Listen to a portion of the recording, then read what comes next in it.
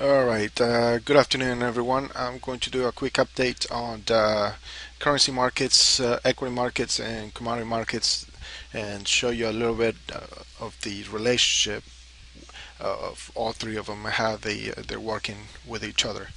And here we go. We're going to start with the S&P. I'm sorry, the dollar index, and this is going to be the monthly chart. Okay, so I drew a downtrend line from all the way from the top back in 2001, and like you can see, we're starting to get to the that downtrend line. Now, also it also coincides with this what it used to be a support line. Now it's becoming a resistance. Supported the price right here. Then became resistance. It broke through this resistance. Then so you can see all this. I guess traffic, or there's a lot of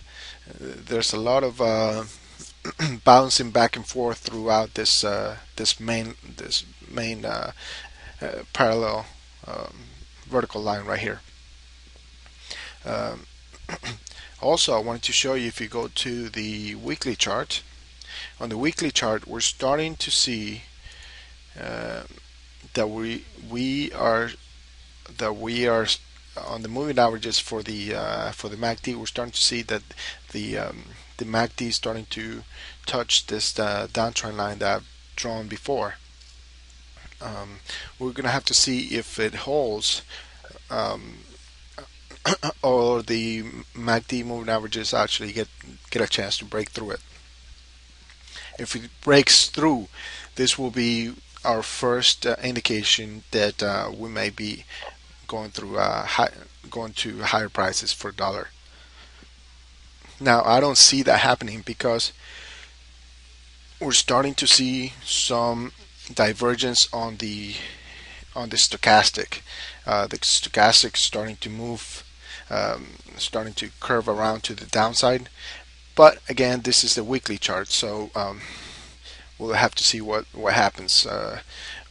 Let's see if we go to daily chart, and on the daily chart, even though we've had this move from this lows of 73, around $73 or 73 mark, we have had contracting volume, meaning that this whole move up, all we've had was less and less buyers.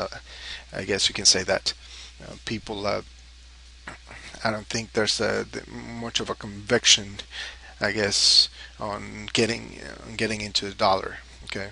Also, let me show you what is going on the other currency fronts, like the Aussie dollar, which is the Australian dollar.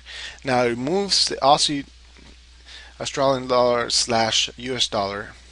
It moves opposite to the actual index of the dollar. So on this, you can see that we've been consolidating back and forth, bouncing back and forth between these two converging lines, and we may be heading to the bottom and touch this the bottom of this triangle. Now it also coincides with what's going on with the dollar, because if you look at the dollar, we're just about, if we go back to the dollar, we're just about to hit that downtrend line and also the this vertical line. So we may consolidate here for a couple of days, and maybe next week we'll push up a little bit until we hit that line, and then um, back off, or um, we might just consolidate right here and then break down from there. But it all depends what's going to happen. Okay, it all depends if it holds or if we break through.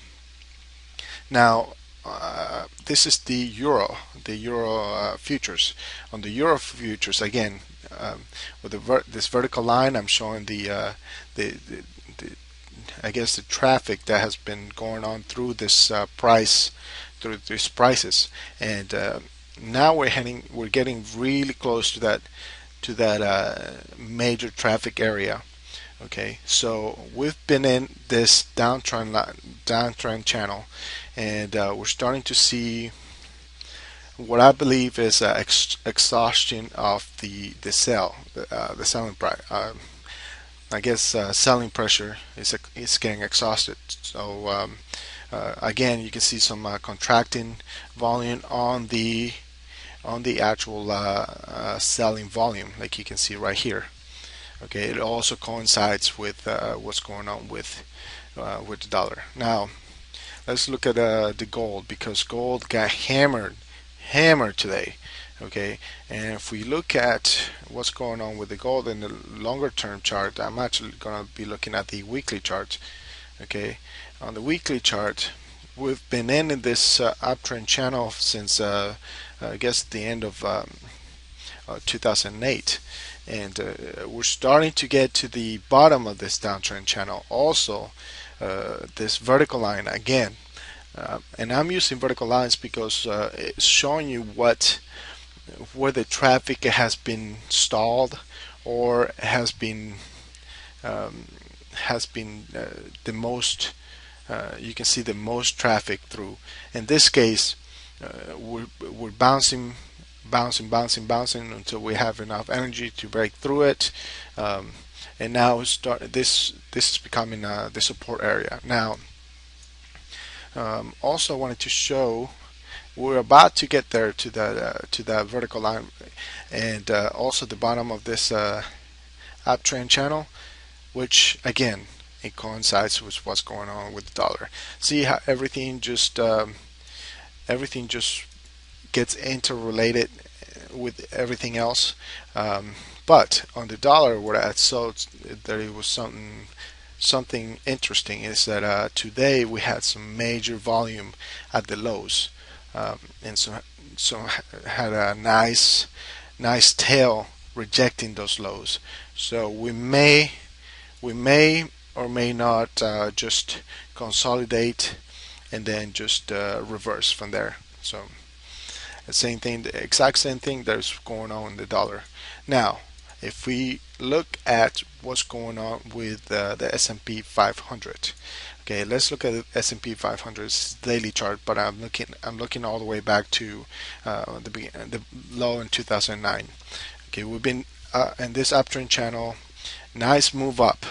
Okay, now we hit this resistance area right over here with this dotted line is.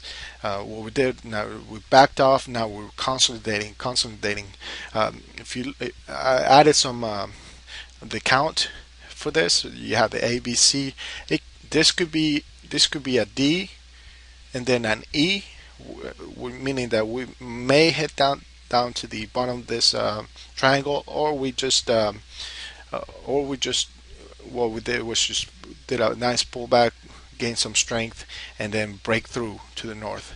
Now, if we do, once this pattern resolves, what I did was check out where we were going to be heading, which you do this line right here, and then you copy and paste it to where the breakout area will be, and it's going to put us somewhere around the 1529, 1530 mark, which also coincides not only with the highs of 2007, but depends how fast we get there. We may coincide with the top of this uptrend channel. So everything is just coordinated with everything else. So I wouldn't be too worried about the action that's been going on the past couple of days, because things just need to get resolved, and until that happens, then we might be hanging around this levels, or we may push down on the S&P 500. We may push down a little bit.